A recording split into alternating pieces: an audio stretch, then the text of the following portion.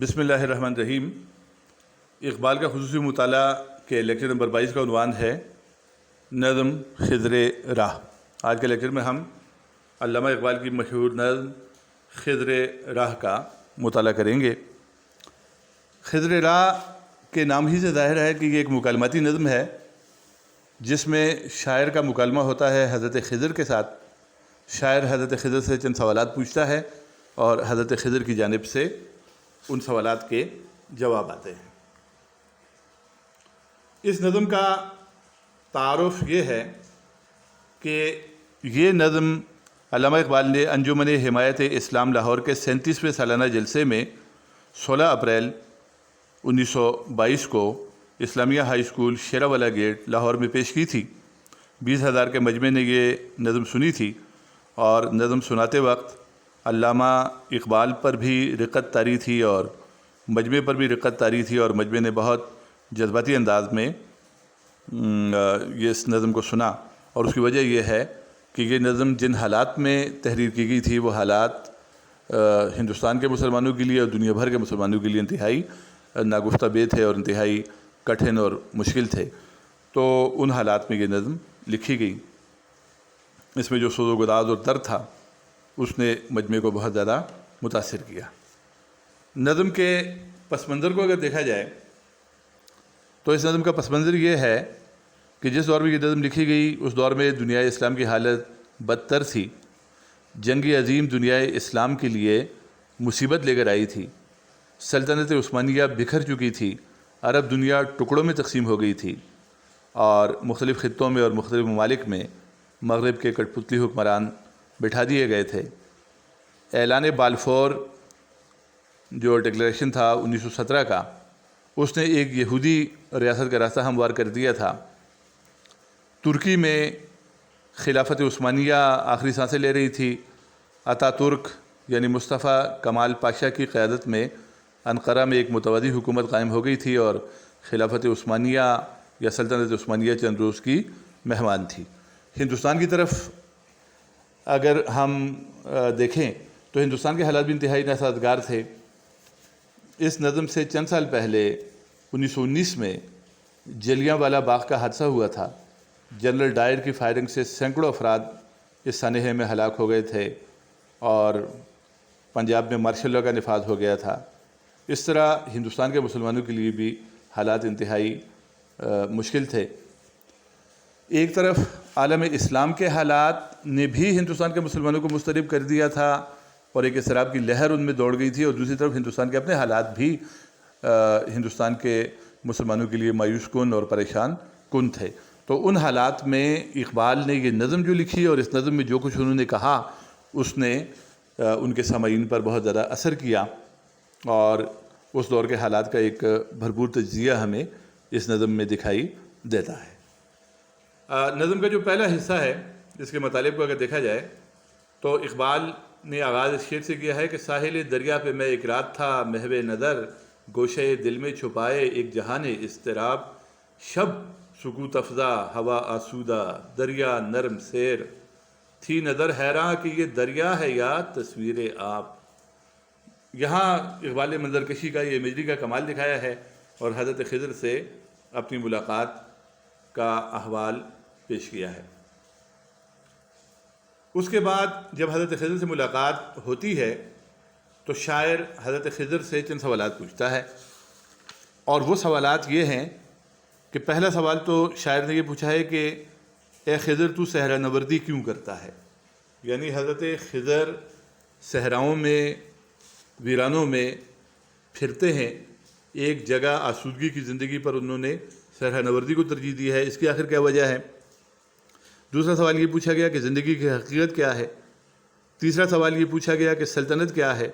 چوتھا سوال یہ کہ سرمایہ و محنت میں جو کشمکش ہے یا آویزش ہے، یعنی مزدور و سرمایہ دار کے درمیان جو جنگ ہے یا آویزش ہے یا کشمکش ہے، اس کی حقیقت کیا ہے؟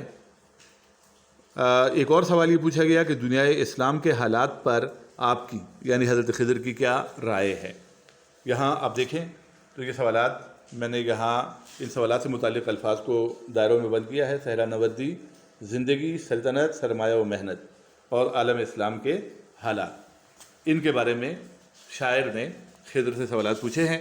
اور پھر جو نظم کا دوسرا حصہ ہے جس کا عنوان ہے جواب خضر، نظم کے دوسرے حصے کا عنوان ہے جواب خضر، تو جواب خضر میں انہی سوالات کا ایک ایک کر کے جواب آتا ہے، اور اس حصے کو اس کے مطابق، سوالات کے مطابق یا جوابات کے مطابق ہی عنوانات دیے گئے ہیں۔ مثلاً صحرا نوردی ہے، زندگی ہے، سرمایہ و محنت ہے، اور یہ سارے اس کے عنوانات۔ جس ترتیب سے شاعر نے خضر سے سوالات پوچھے ہیں اسی ترتیب سے خضر نے ان کا ایک ایک کر کے جواب دیا ہے، اور ہر ایک سوال کے جواب کو اس کے مطابق عنوان دیا گیا ہے۔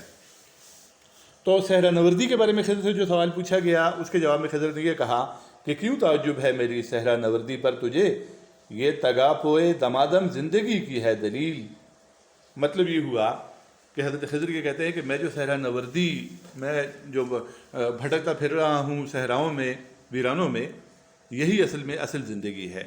یعنی اقبال کا جو اپنا فلسفہ ہے محنت کا، جہد مسلسل کا، وہ یہاں ہمارے سامنے آ رہا ہے۔ اقبال صحرائی زندگی کو، سخت کوشی والی زندگی کو، محنت اور مشقت والی زندگی کو آسودگی اور آسائش اور عشرت والی زندگی پر ترجیح دیتا ہے۔ فطرت کے مقاصد کی کرتا ہے نگہبانی، یا بندے صحرائی یا مرد کوہستانی۔ تو یہ خضر کا جواب ہے صحرا نوردی کے بارے میں۔ اس کے بعد زندگی کے بارے میں جو خضر سے سوال پوچھا گیا تھا اس کے جواب میں خضر نے یہ فرمایا کہ برتر از اندیشہ سود و زیاں ہے زندگی، ہے کبھی جاں اور کبھی تسلیم جاں ہے زندگی، تو اسے پیمانہ امروز و فردا سے نناب، جاویداں پہ ہم دواں ہر دم جواں ہے زندگی، اپنی دنیا آپ پیدا کر اگر زندوں میں ہے، سر آدم ہے ضمیر کن فکاں ہے زندگی۔ اور پھر یہ شعر بڑا اہم ہے کہ زندگانی کی حقیقت کو حقن کے دل سے پوچھ، جوئے شیرو تیشہ و سنگ گراں ہے زندگی۔ یعنی زندگی کوئی آسان، زندگی گزارنا کوئی آسان کام نہیں ہے، زندگی مشکلات اور مصائب میں سے گزرنے کا نام ہے، زندگی مسلسل محنت کا اور مشقت کا اور مسلسل چلتے رہنے کا نام ہے۔ تو یہ زندگی کی فلسفی جو اقبال کی ہے وہ بھی خضر کی زبانی یہاں ہمارے سامنے آ جاتی ہے۔ اس کے بعد جو تیسرا عنوان ہے سلطنت کا، سلطنت کے بارے میں بھی شاعر نے خضر سے سوال پوچھا تھا، تو خضر نے کہا کہ آ بتاؤں تجھ کو رمز آئے ان الملوک، سلطنت اقوام غالب کی ہے ایک جادوگری۔ یعنی یہ جو بڑی طاقتیں ہیں دنیا کی، ان کی سلطنت جو ہے یہ ایک جادوگری ہے۔ خواب سے بیدار ہوتا ہے ذرا محکوم اگر، پھر سلا دیتی ہے اس کو حکمراں کی ساحری۔ بین الاقوامی سیاست کے بارے میں، مغربی طاقتوں کی سیاست کے بارے میں خضر نے یہ کہا کہ یہ طاقتیں عوام کو، محکوموں کو، چھوٹے ممالک کو جن پر ان کا قبضہ ہوتا ہے، ان ممالک کے عوام کو سلائے رکھتے ہیں اور ان کو کوشش کرتے ہیں کہ وہ بیدار نہ ہونے پائیں، اور خون اسرائیل آ جاتا ہے آخر جوش میں، توڑ دیتا ہے کوئی موسیٰ طلسم سامری۔ یعنی یہ بھی ہوتا ہے کہ عوام جب استحصال سے اور ظلم سے اور غلامی سے تنگ آ جاتے ہیں تو پھر وہ حکمرانوں کے مقابلے میں اٹھ کھڑے ہوتے ہیں۔ اور یہ شعر بھی آپ دیکھیں کہ سروری زیبا فقط و ذات بے ہمتا کو ہے، حکمراں ہے ایک وہی باقی بتانے آدری۔ پھر وہ کہتے ہیں کہ ہے وہی سازے کہن مغرب کا جمہوری نظام، جس کے پردوں میں نہیں غیر از نوائے قیصری۔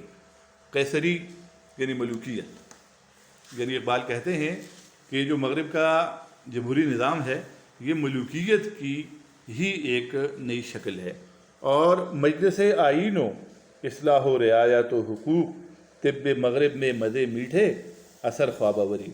یعنی مغربی سیاست خواب آوری کا اثر رکھتی ہے، یہ ایک نقشہ ہے۔ مجلس آئین، اصلاح، رعایات، حقوق، یہ نعرے ہیں کہ جن کے ذریعے محکوموں کو سلایا جاتا ہے تاکہ وہ بیدار نہ ہو پائیں۔ یہ بھی گرمی گفتار آدائے مجالس لماں، یہ بھی ایک سرمایہ داروں کی ہے جنگ زرگری۔ تو یہ بین الاقوامی سیاست کس طرح کمزور قوموں کو طاقتور قومیں غلام بناتی ہیں اور کس طرح ان کو دھوکے میں رکھتی ہیں اور ان کو ایک طرح سے مکر و فریب سے کام لیتی ہیں، ان کا ذکر ہوا۔ پھر سرمایہ و محنت کا عنوان سامنے آتا ہے۔ اس میں خضر کہتے ہیں کہ بندے مزدور کو جا کر میرا پیغام دے۔ خضر کا پیغام کیا ہے؟ یہ پیام کائنات۔ اور پھر اگلا شعر ہے، اے کہ تجھ کو کھا گیا سرمایہ دار ہیل گر، شاخ آہو پر رہی صدیوں تلک تیری برات۔ اور پھر دست دولت آفریں کو مزد یوں ملتی رہی، اہل ثروت جیسے دیتے ہیں غریبوں کو زکوٰۃ۔ مطلب یہ ہوا کہ سرمایہ اور محنت کے درمیان ایک آویزش جاری ہے۔ سرمایہ دار محنت کش کا یا مزدور کا استحصال کر رہا ہے، مزدور کی محنت سے ناجائز فائدہ اٹھا رہا ہے، اپنی تجوریاں بھر رہا ہے، اپنی دولت میں اضافہ کر رہا ہے، اور مزدور کو اس کے حق سے محروم رکھ رہا ہے۔ پھر مکر کی چالوں سے بازی لے گیا سرمایہ دار، انتہائے سادگی سے کھا گیا مزدور مار۔ یہ مزدور اور سرمایہ دار کے درمیان جو کشمکش ہے اس کے حوالے سے بڑا بلیغ قسم کا اور بڑا معنی خیز قسم کا اور بامانی پرمانی شعر ہے۔ اس کے بعد جو اٹھ کے اب بزم جہاں کا اور ہی انداز ہے، مشرق و مغرب میں تیرے دور کا آغاز ہے۔ یہ اقبال کے نقادوں نے یہ کہا ہے کہ 1917 میں جو کمیونسٹ انقلاب آیا تھا روس میں، اس کی طرف اقبال نے اشارہ کیا ہے کہ اب مزدوروں کا دور ہے، کیونکہ روسی انقلاب کے بعد کمیونسٹ حکومت کے بعد یہ کہا جاتا تھا کہ یہ مزدوروں کی حکومت قائم ہو گئی ہے تو اب مزدور کو کا حق ملے گا، تو اقبال بھی اس سے متاثر ہوئے، لیکن بعد میں اقبال پر اس کی بھی حقیقت کھل گئی کہ بات پوری طرح یہ بھی سچی نہیں تھی۔ اٹھ کے اب بزم جہاں کا اور ہی انداز ہے، مشرق و مغرب میں تیرے دور کا آغاز ہے۔ اس کے بعد دنیا اسلام کا عنوان آتا ہے۔ دنیا اسلام کے بارے میں حضرت خضر کہتے ہیں کہ کیا سناتا ہے مجھے ترک و عرب کی داستاں، مجھ سے کچھ پنہا نہیں اسلامیوں کا سوز و ساز۔ یعنی مسلمانوں کا جو سوز و ساز ہے یہ مجھ سے چھپا ہوا نہیں ہے، میں اسے جانتا ہوں۔ پھر یہ شعر آپ دیکھیں کہ لے گئے تسلیس کے فرزند میراث خلیل، خشت بنیاد کلیسا بن گئی خاک حجاز۔ حجاز کی مٹی کو مسیحیوں نے، تسلیس کے عقیدے کے حامل لوگوں نے اپنے گرجوں کی بنیادوں میں اینٹیں بنانے کے لیے استعمال کر لیا، اور ہو گئی رسوا زمانے میں کلاه لال رنگ، جو سراپا ناز تھے ہیں آج مجبور نیاز۔ ہو گئی رسوا زمانے میں کلاه لال رنگ، سرخ رنگ کی ٹوپی، کلاه لال رنگ سرخ رنگ کی ٹوپی جو ترکی ٹوپی تھی، یہ ایک بڑی زبردست ترکیب ہے۔ ہو گئی رسوا زمانے میں، یعنی کلاه لال رنگ بھی زمانے میں رسوا ہو گئی، اور عرب کی جو خاک تھی تو اسے تسلیس کے فرزندوں نے خشت کلیسا بنا دیا۔ یہ سارے جو حالات ہیں ان کی طرف اشارے ہیں۔ ربط و ضبط ملت بیضا ہے مشرقی نجات، ایشیا والے ہیں اس نکتے سے اب تک بے خبر۔ یعنی ایشیا کی نجات جو ہے یہ ملت بیضا کے ربط و ضبط میں ہے، اتحاد میں ہے اور اتفاق میں ہے۔ پھر خضر کہتے ہیں کہ پھر سیاست چھوڑ کر داخل حصار دی میں ہو، ملک و دولت ہے فقط حفظ حرم کا ایک ثمر، ایک ہو مسلم حرم کی پاسبانی کے لیے، نیل کے ساحل سے لے کر تابخا کے کاشغر، جو کرے گا امتیاز رنگ و خو مٹ جائے گا، ترک خرگاہی ہو یا عربی والا گوہر۔ یعنی اتحاد ملت اسلامیہ کی جو خواہش اقبال کے دل میں تھی، اس خواہش کا اظہار حضرت خضر کی زبانی یہاں اقبال نے کیا ہے۔ اور اے کہ نشناسی خفیرہ از جلی ہوشیار باش، ایک گرفتار ابو بکر و علی ہوشیار باش، یعنی مسلمان آپس میں فرقہ وارانہ اور مسلکی اختلافات کو چھوڑ دیں اور ایک ہو جائیں۔ یہ ساری خواہش جو ہے یہ اقبال کی حضرت خضر کی زبانی ہمارے سامنے آتی ہے۔ تو یہ تمام صورتحال اقبال نے بیان کی۔ سب سے پہلے انہوں نے حضرت خضر کی زبانی ہمیں یہ بتایا کہ صحرا نوردی یا محنت اور سخت کوشی کی زندگی کی کیا اہمیت ہے آسائش اور عیاشی کی زندگی کے مقابلے میں۔ پھر انہوں نے زندگی کا فلسفہ بیان کیا کہ زندگی مشکلات سے گزرنے کا نام ہے، زندگی کرنا، زندگی گزارنا کوئی آسان کام نہیں ہے۔ پھر سلطنت کے حوالے سے انہوں نے ہمیں یہ بتایا کہ دنیا میں جو بڑی طاقتیں ہیں وہ کمزور قوموں کا استحصال کر رہی ہیں اور طرح طرح سے انہیں ایک طرح سے دھوکے میں رکھ رہی ہیں اور اپنے اقتدار کو اور نوآبادیاتی اور سامراجی مقاصد کی تکمیل کے لیے کمزور قوموں کو دھوکہ دیتی ہیں۔ پھر سرمایہ و محنت کے حوالے سے انہوں نے یہ کہا کہ مزدور اور سرمایہ دار کے درمیان ایک آویزش جاری ہے، اور سرمایہ دار مزدور کی محنت پر عیاشی کرتا ہے اور اس کا استحصال کرتا ہے۔ اور پھر دنیائے اسلام کے بارے میں اقبال نے یہ کہا کہ دنیا کے اسلامی ممالک مغربی طاقتوں کے ہاتھوں ذلیل و خوار ہیں اور رسوا ہیں، اور ان کی حالت بہت زیادہ ابتر ہے۔ تو یہ ساری صورتحال ہمیں اس نظم میں ملتی ہے۔ اب اس نظم کے اگر ہم فکری خوبیوں کی طرف دیکھیں تو اس میں زندگی کا فلسفہ، صحرائی زندگی، یہ ساری چیزیں آتی ہیں، اور بہت زیادہ اقبال کے دل میں جو قوم کا درد تھا وہ ہمیں دکھائی دیتا ہے۔ فنی خوبیوں کی طرف اگر ہم آئیں، فنی محاسن کی طرف، تو اس نظم میں ہمیں ڈرامائی کیفیت بھی دکھائی دیتی ہے۔ خاص کر اس کا جو پہلا بند آپ دیکھیں جس میں شاعر کی اور خضر سے ملاقات ہوتی ہے، تو بالکل ایک ڈرامائی انداز میں وہ منظر اقبال نے پیش کیا ہے۔ محاکات جو ہے،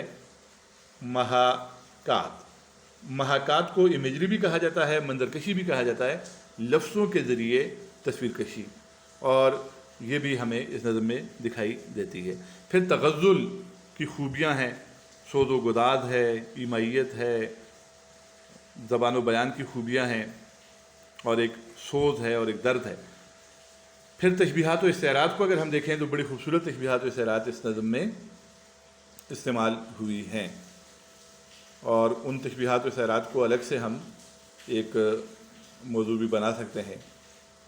مثلا یہ جو یہاں مثال آفتاب کی طرح، مثل حباب، اس قسم کی مختلف تشبیہات اور استعارات کا خوبصورت استعمال اقبال نے کیا ہے۔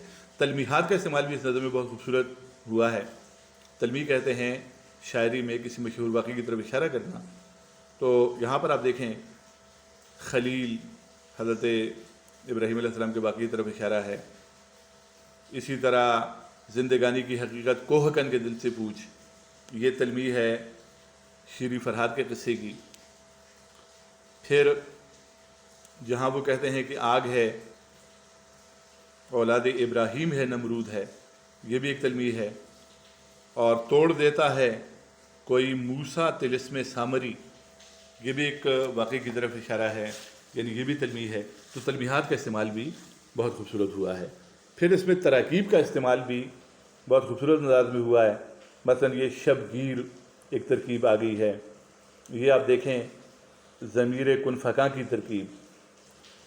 ضمیر کن فکاں کے بعد اس نظم کو آپ پڑھتے جائیں تو اس میں جگہ جگہ آپ کو خوبصورت ترکیب ملے گی۔ سکوت شام صحرا کتنی خوبصورت ترکیب ہے، تگاپوئے دمادم، یہ بھی خوبصورت ترکیب ہے۔ تو تراکیب کا حسن اور تراکیب کی خوبصورتی بھی ہمیں اس نظم میں دکھائی دیتی ہے۔ یہ اس نظم کا فنی فکری جائزہ تھا اور اس کے مطالب پر ایک بحث تھی۔ اللہ حافظ۔